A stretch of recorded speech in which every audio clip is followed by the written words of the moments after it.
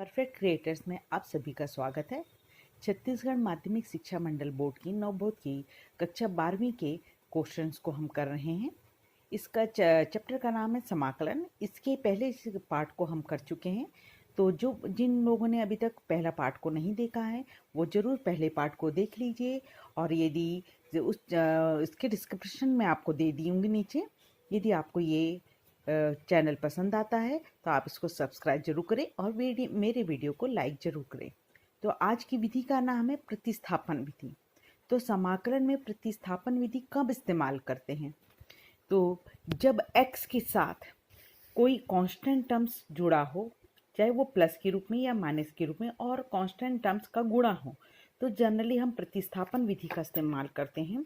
तो जैसे मैंने ये प्रश्न लिया है नवबोध का प्रश्नावली 7A.3 का, मैं पहला प्रश्न ले रही हूँ। तो 1 - 2x पूरी की घात 4 दिया है प्रश्न में।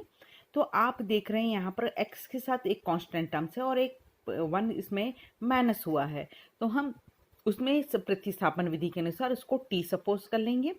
t सपोज करने के पश्चात देख रहे हैं आप, आपके पास dx आया और dx अवकलन का पद होता है। तो हम क्या करेंगे, दोनों पक्षों में x के सापेक्ष अवकलन करेंगे। तो d/dx दोनों पक्षों में लगा दिया हमने। और आप जानते हैं 1 का अवकलन 0 होता है, 2 और x का अवकलन 1 होता है, और ये हुआ dt/dx। तो ये यहाँ पर dx को लेफ्ट हैंड साइड में लेकर -2 इस तरफ आ गया, तो dx की वैल्यू आ गई dt/-2। तो अब आपके पास ये, हमारे पास जब भी समाकलन के पद करते हैं तो आप एक t मानते हैं और क्वेश्चन में dx रहेगा, उस dx की भी वैल्यू को आप अवकलन के सापेक्ष निकालिए। तो ये दोनों वैल्यू को आपको प्रश्न में रखना होगा। तो आप इसकी जगह t रख रहे हैं, t की घात 4 होगी देखिए, और dx की वैल्यू आई dt/-2। तो ये dt/-2 रख दिया। -2 तो अचर पद, 1 - 1/2 ये अचर पद है जो बाहर आ गया। और आप समाकलन के सूत्र को जानते हैं, t की घात 4 है तो t की घात 5/5। इस प्रकार हमारे पास हो गया ऋण 1/10, और t की वैल्यू को आप रख दीजिए 1 - 2x पूरी की घात 5। और हम जानते हैं कि पिछले उसमें बताया था मैंने कि अचर पद को जोड़ दिया जाता है। तो इस प्रकार ये पहला प्रश्न प्राप्त हुआ। इसी प्रकार मैं सेकंड प्रश्न को भी ले रही हूँ, e की घात mx। तो आपको प्रतिस्थापन विधि से हल करना है। आपको कैसे पता चलेगा? क्योंकि x के साथ हमारे पास एक कांस्टेंट टर्म्स m का गुणा है, इसलिए हम mx को t मान रहे हैं। दोनों पक्षों के सापेक्ष अवकलन कर रहे हैं x के सापेक्ष। तो यहाँ पर m कांस्टेंट टर्म से x का 1 हो जाएगा। तो यह हमारे पास आया अवकलन करके m dt/dx। तो ये dx की वैल्यू भी आपको मिल गई dt/m। तो आप प्रश्न में रख दीजिए। प्रश्न में e की घात mx की जगह आप e की घात t हो जाएगा, और यहाँ पर dx की वैल्यू आ जाएगी आपके पास dt/m। तो देखिए हमने यहाँ पर रख दिया प्रश्न। तो आपके पास 1/m कांस्टेंट टर्म्स अलग हो गया, और e की घात t का समाकलन e की घात t ही होता है। तो अब e की घात t की वैल्यू को रख दीजिए mx, ये आपका आंसर प्राप्त हो गया। तो ये कुछ आसान से प्रश्न थे जो प्रतिस्थापन विधि से हल हो रहे हैं। अब देखिए इसी प्रकार sec3x tan 3x। अब आप sec x और tan x का समाकलन जानते हैं आप। तो यहाँ पर कांस्टेंट टर्म्स जुड़ा हुआ है, 3 x के साथ गुणा है, इसलिए 3x को t माना। और जब आप x के सापेक्ष अवकलन कर रहे हैं तो dx की वैल्यू dt/3 आ रही है। तो आप समाकलन में वैल्यू रख देंगे, इसकी जगह 3x की जगह t रख दिया, और dx की वैल्यू आ गई dt/3। तो इस प्रकार आपके पास tan x t और sec x आया, और इसका समाकलन sec t होता है, तो आपने लिख दिया। और लास्ट में t की वैल्यू को रख दिया 3x। तो इस प्रकार 1/3 sec 3x प्राप्त हुआ। तो इस छोटे छोटे प्रश्नों से आप देख रहे हैं कि यदि आपके पास x के साथ कोई कांस्टेंट टर्म्स का गुणा होता है या कांस्टेंट टर्म्स को ऐड होता है, तो आपको उस स्थिति में प्रतिस्थापन विधि का पालन करना होता है। इसी प्रकार कुछ आगे के और प्रश्नों को हम करते चलते हैं। मैं अब नेक्स्ट एक्सरसाइज में जा रही हूँ।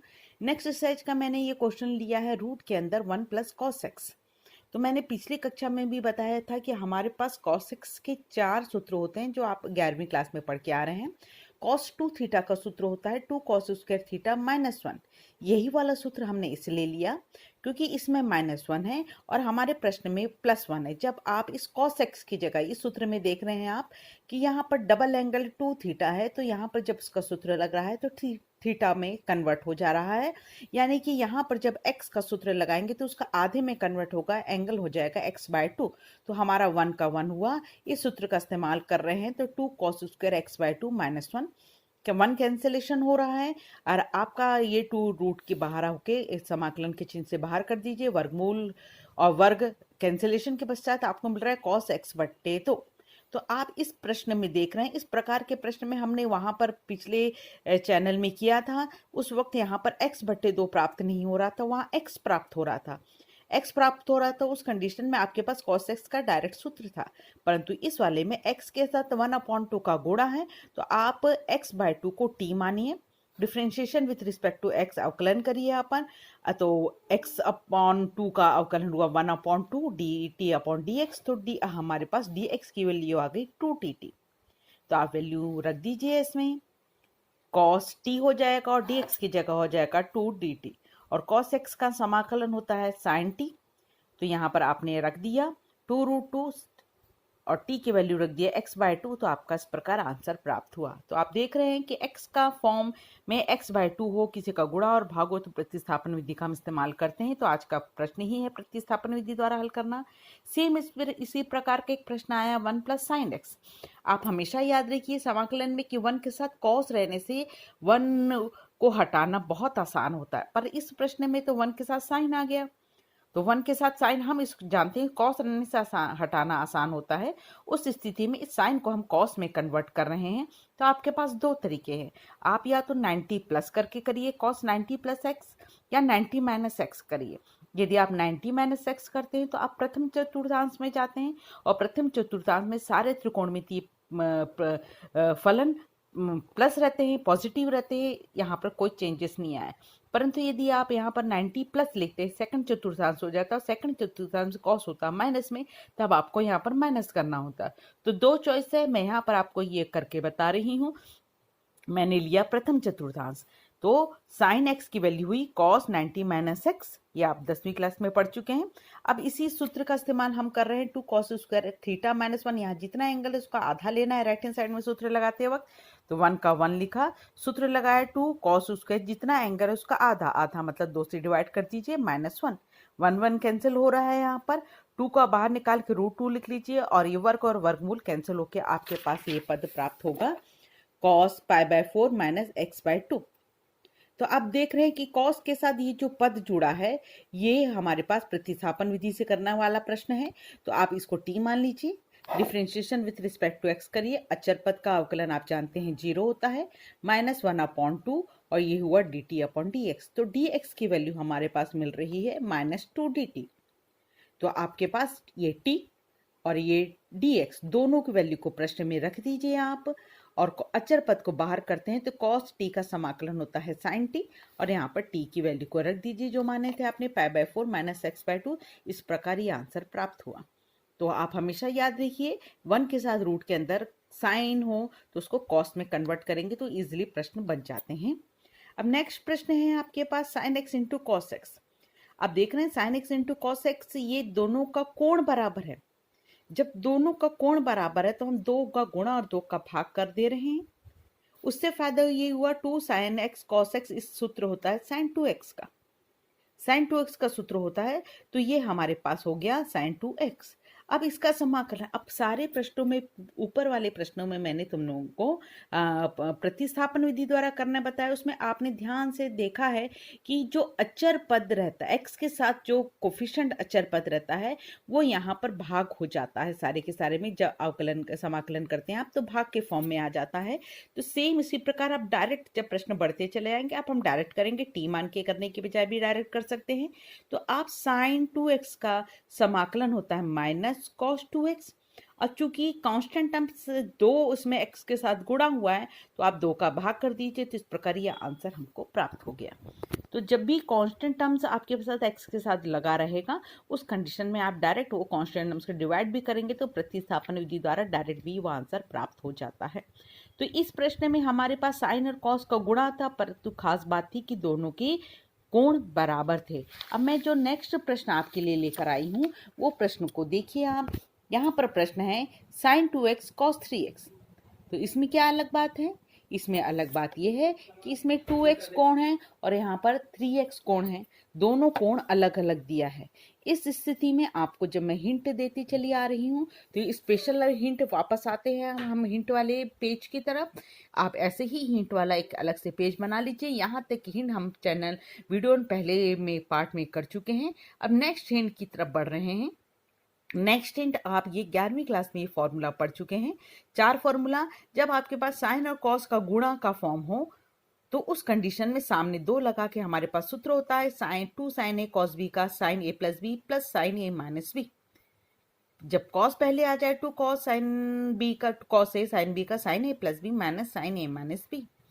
दोनों कॉस कॉस हो तो आपके पास सूत्र होता है cos A plus B plus cos A minus B. परंतु जब दोनों साइन साइन हो तो आपका सूत्र होता है cos A minus B minus cos A plus B. तो खास ध्यान देने योग्य बातें हैं कि ऊपर के तीनों में पहले प्लस आता है ए प्लस बी, परंतु चौथे वाले फॉर्मूले में पहले ए माइनस बी आता है, बाद में ए प्लस बी कोण के रूप में आता है। तो ये फॉर्मूले का इस्तेमाल आपको समाकलन करते वक्त कब करना है? जब आपके पास दोनों कोण अलग अलग दिए हों। तो अब हम अपने प्रश्न की तरफ चलते हैं। तो ध्यान से देखेंगे, हमारा प्रश्न है साइन 2x कॉस 3x, ये कोण ए सपोज करें और ये कोण बी सपोज करें, तो उस स्थिति में हमारे पास दोनों कोण अलग अलग हैं। तो यहाँ पर हम 2 साइन 2 का गुणा और 2 भाग भी कर दे रहे हैं ताकि हम सूत्र का इस्तेमाल कर सकें। तो यहाँ पर पहले नंबर का सूत्र लग रहा है बच्चों। सूत्र क्या है? साइन दोनों कोण को जोड़ दीजिए प्लस साइन दोनों कोण को घटा दीजिए। इसी सूत्र का इस्तेमाल करते हुए हम प्रश्नों को आगे बढ़ते हैं। तो देखिए यहाँ पर साइन दोनों कोण को जोड़ दिया प्लस साइन दोनों कोण को घटा दिया। अब जब जोड़ रहे हैं तो 5x हो रहा है, घटा रहे हैं तो -x हो रहा है। और आप जानते हैं कि साइन में माइनस होता है तो साइन माइनस साइन आ गया, सामने आ जाता है। तो इस प्रकार हमको ये पद प्राप्त हुआ। तो समाकलन में ये जो गुणा का चिन्ह था, हमने ये सूत्र लगाया तो इनके बीच में प्लस या माइनस का कोई ना कोई फॉर्म आ जाएगा। अब आप समाकलन करिए इसका डायरेक्ट। साइन का समाकलन होता है माइनस कॉस 5x। मैंने कहा प्रतिस्थापन का शॉर्टकट विधि, x के साथ जो 5 का गुणा है यहाँ पर भाग हो जाएगा। ये तभी आप इस्तेमाल कर सकते हैं जब x की घात कांस्टेंट 1 हो। यहाँ पर यदि x का 2 3 हो, उस स्थिति में आप ये शॉर्टकट मेथड को इस्तेमाल मत करिएगा। और साइन x का समाकलन होता है माइनस कॉस x, तो ये प्लस साइन हो गया। इस प्रकार ये आंसर प्राप्त हुआ। तो नेक्स्ट क्वेश्चन के अब लेकर आते हैं इसी प्रकार का अगला क्वेश्चन। इस क्वेश्चन में मैंने sine square x cos square x लिखा, दोनों में एंगल भी सेम है और वर्ग भी है। वर्गों को आप कॉमन ले लीजिए। कॉमन लेने के पश्चात यहाँ पर आप देख रहे हैं यदि 2 लग जाता है उस स्थिति में सूत्र बन जाता है। तो वर्ग के अंदर 2 लगाने की 1 यानी कि 4 लगा रहे हैं, तो बैलेंस करने के लिए 1/4 लगाए। तो ये सूत्र हमारे पास हो गया साइन 2x का। तो आपके पास साइन स्क्वायर 2x हुआ। तो ये साइन स्क्वायर 2x में हम पहले भी हिंट में पढ़ चुके हैं पहले चैनल में कि वर्ग होता है। तो वर्ग की स्थिति में हमारे पास प्रश्न में अवकलन के उल्टे फॉर्म से 2 फॉर्म पढ़ चुके हैं हमारे पास, कॉसेक स्क्वायर और सेक स्क्वायर का वर्ग का सूत्र हम पढ़ के आए हैं।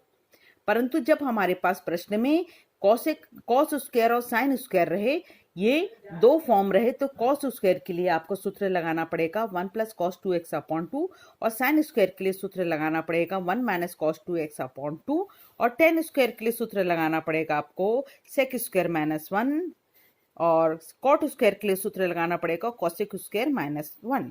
तो आप देख रहे हैं 6 त्रिकोणमितीय पद होते हैं। 2 त्रिकोणमितीय पद में आपको अवकलन के अपोजिट फॉर्म से समाकलन का डायरेक्ट सूत्र प्राप्त हुआ है।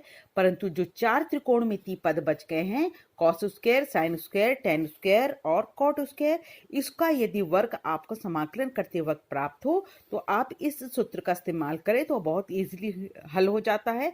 तो ये हिंट का इस्तेमाल कर रहे हैं। तो हमारे पास अभी इस प्रश्न में आया है साइन स्क्वायर। तो साइन स्क्वायर का जो सूत्र है कि 1 - cos 2x/2, यदि आपका एंगल यहाँ x है तो आपको यहाँ 2x लिखना है, 2x है तो आपको यहाँ 4x लिखना है।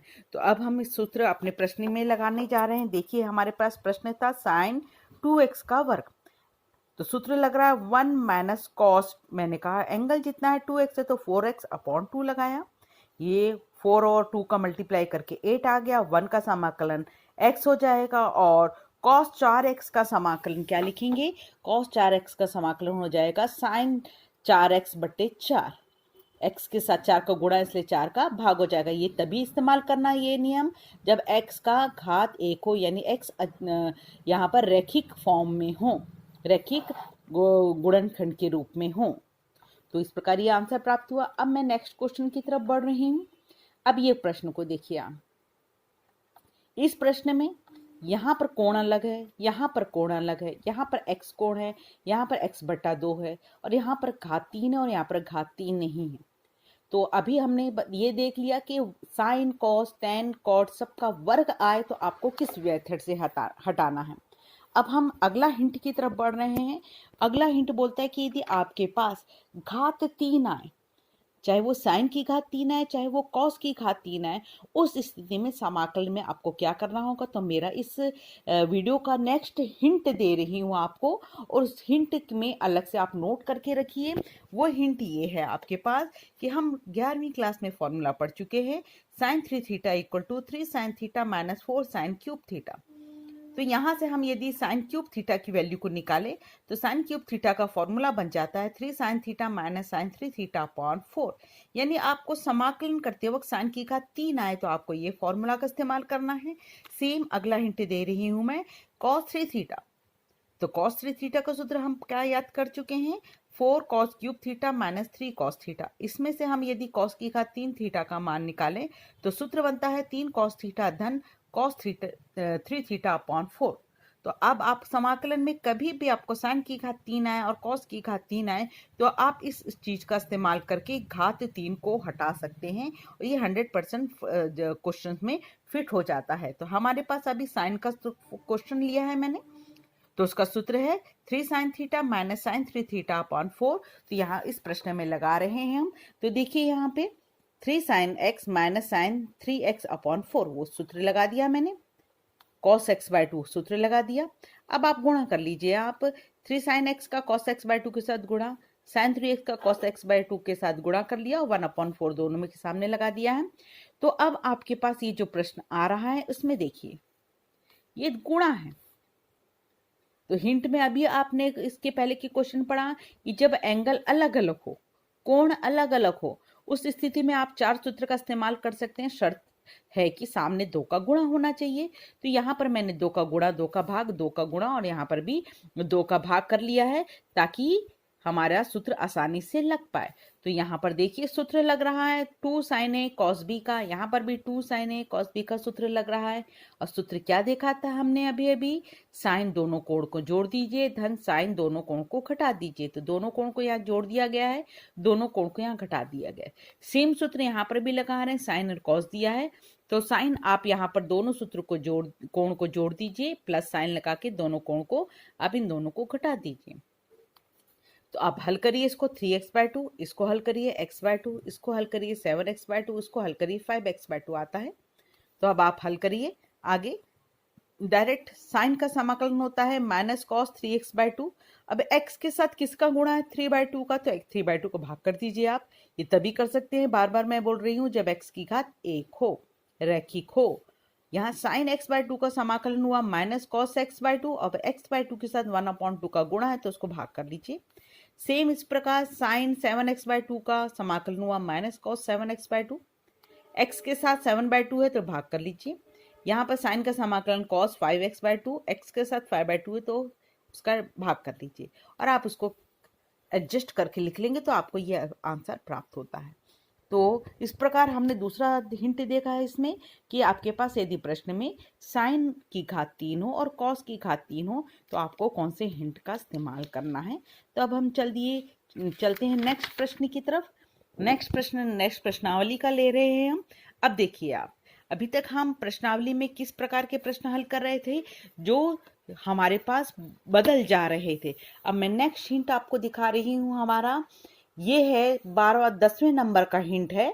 10वें नंबर का हिंट है कि आपके प्रश्न में यदि कोई फॉर्म दिया है, f का फंक्शन दिया है, उसके कोण में x की घात n हो, जिसका अवकलन करने से x की घात n-1 आता है। सामने n भी आ जाता है, अचर पद को देखकर x की घात n-1 आता है। यदि उस ऐसे टाइप के प्रश्न आपको मिले तो आपको x की घात n को t मान के आपको प्रश्न को बनाना होगा। तो ये यहाँ पर इस हिंट का इस्तेमाल करते हुए हम प्रश्न को बनाने जा रहे हैं। तो नेक्स्ट क्वेश्चन को मैं ले रही हूँ, ये देखिए। प्रश्न था एक्स स्क्वायर कॉस एक्स की घात 3 dx। यहाँ पर हमारे पास कोण में x की घात 3 है, इसका अवकलन करेंगे तो x की घात 2 आता है, इसलिए हम x की घात 3 को t मान रहे हैं। इसका अवकलन किया तो 3x स्क्वायर आया, कांस्टेंट टर्म्स आपका राइट हैंड साइड चला गया, तो एक्स स्क्वायर dx का मान हुआ dt/3। तो ये एक्स स्क्वायर dx का मान आपके पास अवेलेबल हो गया। तो अब आपको ऐसे प्रश्न मिलेंगे इस एक्सरसाइज में जिसमें हम जिसको t मानते हैं उसका अवकलन जो करेंगे वो पद भी आपके प्रश्न में अवेलेबल रहेगा। तो अब आप मान रख दीजिए, कॉस इसकी जगह t रख रहे हैं तो देखिए कॉस t हो गया यहाँ पर, और यहाँ पर dx एक्स स्क्वायर dx का मान है dt/3, ये dt/3 कर लिया। तो अब आप इसका समाकलन कर दीजिए, कॉस टी का समाकलन हो गया साइन टी और टी की वैल्यू को रख लीजिए। तो इस प्रकार ये पहला प्रश्न बना इस प्रकार के टाइप के। अब नेक्स्ट क्वेश्चन की तरफ देखिए, ये प्रश्न आपके पास अवेलेबल है। इस प्रश्न में खास बात है कि आप ध्यान से देखिए, हम e की घात x का फॉर्मूला जानते हैं, परंतु यहाँ x की जगह cos इनवर्स x है। तो अब आप इसका अवकलन करेंगे तो अवकलन होता है 1/1 माइनस रूट के अंदर 1 माइनस एक्स स्क्वायर, जो प्रश्न में आपके अवेलेबल है। यानी कि साफ दिख रहा है आपको कि cos इनवर्स x को t मानिए, इसका अवकलन करेंगे तो cos इनवर्स x का अवकलन होता है -1/रूट के अंदर 1 माइनस एक्स स्क्वायर dx, और ये हुआ dt। तो आपके पास ये dx और रूट के अंदर 1 माइनस एक्स स्क्वायर की वैल्यू हो रही है, आपको मिल रही है यहाँ पर dt माइनस dt हो जाएगी। तो आप वैल्यू रख दीजिए, इसकी जगह e की पावर t, इसकी जगह वैल्यू रख दे रहे हैं माइनस dt, e की पावर t का समाकलन e की पावर t, और t की वैल्यू को रख दीजिए। इस प्रकार ये आंसर प्राप्त होगा। तो यहाँ पर देख रहे हैं आपके पास कि कॉस इनवर्स का अवकलन करने से जो आ रहा था पद वो हमारे पास प्रश्न में अवेलेबल था। नेक्स्ट क्वेश्चन में पढ़िए, देखिए ये प्रश्न लिया मैंने, इसमें साइन इनवर्स एक्स है और साइन इनवर्स एक्स का अवकलन करते तो 1/रूट के अंदर 1 माइनस एक्स स्क्वायर आता है। तो यहाँ पर भी हम साइन इनवर्स एक्स को t मानेंगे, घात को नहीं लेंगे आप, क्योंकि सिर्फ साइन इनवर्स एक्स का अवकलन ही आता है। तो हम सिर्फ साइन इनवर्स एक्स को t मान रहे हैं, इसका differentiation with respect to x कर रहे हैं हम। तो 1/रूट के अंदर 1 माइनस एक्स स्क्वायर dx बराबर dt हुआ, तो बस मान रख दीजिए आप, ये t माना था, t की घात 3, और dx/रूट के अंदर 1 माइनस एक्स स्क्वायर की वैल्यू हुई dt। ये प्रश्न बदल गया हमारा t के फॉर्म में। याद रखिएगा, यदि प्रश्न को हम x से हटा के t के फॉर्म में लेकर आ रहे हैं तो उस कंडीशन में कोई भी पद x के फॉर्म में नहीं छूटना चाहिए, सारे पद t के फॉर्म में आ जाने चाहिए। तो देखिए यहाँ पर x का कोई भी पद नहीं छूटा। अब t की घात 3 का समाकलन t की घात 4/4 और t की वैल्यू को आप रख दीजिए। इस प्रकार ये आपका आंसर प्राप्त हो जाता है। नेक्स्ट क्वेश्चन ले लिया है मैंने, cos square log x upon x dx। आप देख रहे हैं log x का अवकलन 1/x होता है, तो यहाँ पर इस प्रश्न में log x को हम क्या मानेंगे, t। तो log x का अवकलन 1/x dx बराबर हुआ dt। तो यहाँ पर वैल्यू को रख दिया, cos स्क्वायर इसको t माना था, और ये dx अपॉन t की जगह हमने रख दिया dt। तो हमारा प्रश्न हो गया cos स्क्वायर t dt। तो फिर आप इसको देखेंगे, वर्ग का प्रश्न आया, तो वर्ग के प्रश्न में मैंने हिंट दिया है। हिंट में आपको बताया है कि cos स्क्वायर t का फॉर्मूले को कन्वर्ट करेंगे 1 plus cos t 2t upon t, जितना एंगल है उसका डबल एंगल करेंगे तो कभी भी आपका वर्ग आए, चाहे sine cos tan cosec sec, तो आपका दो सूत्र जानते हैं आप, सेक स्क्वायर का और कॉसेक स्क्वायर का। बाकी जो चार हुआ है उसको आप बदलने के लिए हिंट का इस्तेमाल करिए। 1/2 अचर पद बाहर आ गया, 1 का समाकलन t, cos 2t का समाकलन sin 2t, और t के साथ 2 को गुणा है तो यहाँ पर भाग कर दीजिए, और t को हम क्या माने थे, log x, तो यहाँ पर t की वैल्यू को रख दीजिए। इस प्रकार आपको log x रखने के पश्चात ये आंसर प्राप्त होगा। तो ये देख रहे हैं आप ये प्रश्न, इसमें साफ साफ पता चल रहा है कि हमारे पास जब हम किसी प्रश्न में किसी पद को t मानते हैं तो उसका अवकलन करने के पश्चात जो आंसर आता है वो भी प्रश्न में आपके अवेलेबल है। अब इस प्रश्न को देखिए, इस प्रश्न में इतना लंबा प्रश्न आपको दिख रहा है। इस लंबे प्रश्न में देखिए x की घात 3 है, 10 की घात 4 x की घात 4 सेक स्क्वायर x की घात 4 dx इतना प्राप्त हो रहा है।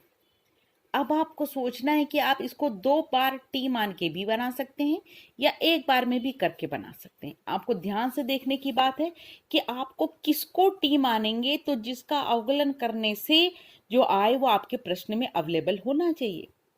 तो हम जानते हैं t की घात 4 मत देखिए, t 10x की घात 4, 10x की घात 4 का यदि हम अवकलन करते तो 10 का अवकलन होता है सेक स्क्वायर जो अवेलेबल है आपके पास, इसलिए हम 10x की घात 4 को t मानेंगे। और अवकलन का पूरा चैप्टर हम पढ़ चुके हैं, तो उसमें आप देख चुके हैं कि x की घात 4 जब अवकलन करते हैं, यहाँ पर x का फॉर्म आया है, सिंपल फॉर्म x का ना होके x की घात 4 है, ये फलन है। उस स्थिति में x की घात 4 को आप u मान लेते हैं, तो हमारा प्रश्न हो जा रहा है तो 10x स्क्वायर 10x की घात 4 है तो 10u हुआ, और 10u का अवकलन होता है सेक स्क्वायर u की जगह मैंने x की घात 4 लिख लिया, तो जिसको हम u मानते हैं du अपॉन dx तुरंत लिखना पड़ता है और right hand side dt upon dx। तो ये आपके अवकलन के स्टेप्स हैं कि जब आप 10 का अवकलन कर रहे हैं तो सेक स्क्वायर और u मान रहे हैं तो u का मान लिख लिया, तो सेक स्क्वायर x की घात 4 du अपॉन dx। u का मान है x की घात 4, x की घात 4 का अवकलन होता है 4x की घात 3। तो इस प्रकार आपका ये स्टेप्स प्राप्त हुआ। 4 को राइट हैंड साइड में लेकर जाइए, तो सेक स्क्वायर x की घात 4 x की घात 3 dx और उसका मान हुआ dt बट्टे 4। तो देखिए गोला लगा दिया, x की घात 3 ये है, सेक स्क्वायर x की घात 4 ये है, dx ये, यानी ये जो राउंड लगाया है ये तीनों बदल जा रहे हैं dt बट्टे 4 में। तो बस ये पद बच गया 10x की घात 4, ये 4 घात को बाहर रखेंगे तो इसका मान हो गया t की घात 4, और ये तीनों पद 1 2 तीनों बदल जा रहे हैं dt बट्टे 4 में। तो इस प्रकार इसका समाकलन किया तो t की घात 5 बट्टे 5 और यहाँ पर t का मान रख लिया, इस प्रकार ये हमको आंसर प्राप्त हो गया। तो ये प्रश्न बहुत इंपॉर्टेंट माना जाता है 12th बोर्ड के एग्जाम के अनुसार। अब हम नेक्स्ट प्रश्न की तरफ बढ़ रहे हैं। नेक्स्ट प्रश्न मैंने लिया है, देखिए यहाँ पे sine square x cos x dx। तो अभी तक हम क्या पढ़ रहे थे, हम ये पढ़ रहे थे कि यहाँ पर जब हम ऐसे ही पद को हमको t मानना है जिसको मानने से अवकलन करें तो उसका आंसर अवेलेबल हो प्रश्न में। तो यहाँ पर तो साइन का कॉस भी अवेलेबल है, कॉस का साइन होता है वो भी अवेलेबल है। अब ये सोचना है आपको कि हम t किसको माने, तो आप t उस पद को मानिए जिसकी घात होती है, चाहे वो 2 घात हो चाहे वो 3 घात हो। तो यहाँ पर साइन की घात है इसलिए हम साइन x को t मानेंगे। तो साइन x का अवकलन होता है cos x dx, तो ये राउंड लगाया cos x dx की वैल्यू हो गई dt, तो ये हो गया t की घात 2 dt, और t की घात 2 का समाकलन t की घात 3 बटे 3 और t की वैल्यू रख दिया हमने यहाँ पे। तो बहुत आसान हो गया। तो इसका हिंट क्या है कि आपके पास इसका अवकलन करने से ये अवेलेबल है, इसका अवकलन करने से ये अवेलेबल है, तो आप मानेंगे किसको, जिसकी घात होती है। अब नेक्स्ट इसी बेस पर प्रश्न ये देखिए, ये प्रश्न है आपके पास सेक की घात पी एक्स 10x dx। अब आपके पास सेक को मानने से अवकलन होता है सेक एक्स इंटू 10x, और 10 को मानने से अवकलन होता है सेक स्क्वायर एक्स। तो यहाँ पर तो हमारे पास सेक स्क्वायर एक्स नहीं है, यहाँ पर एक घात p है सेक एक्स की।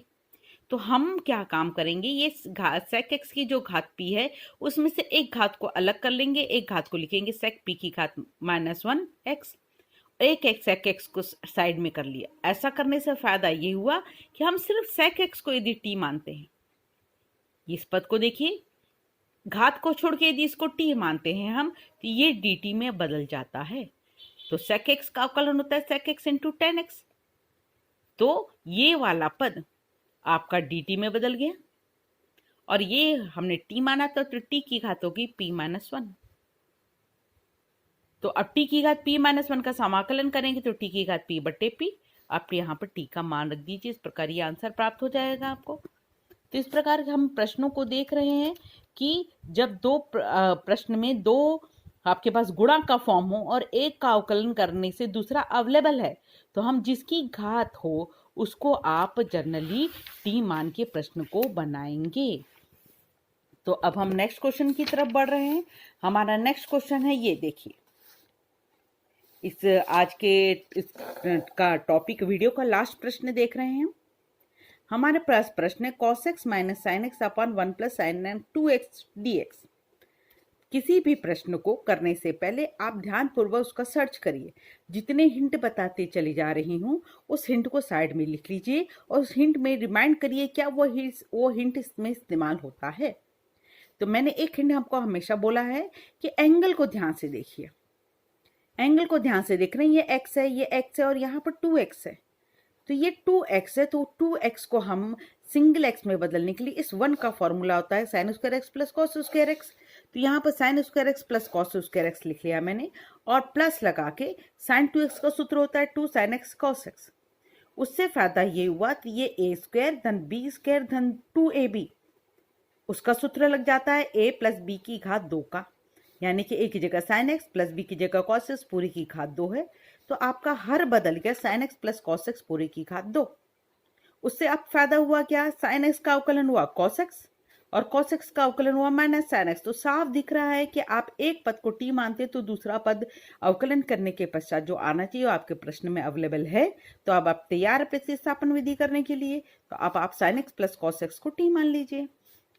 ऊपर वाला पद किस में बदल गया, dt में।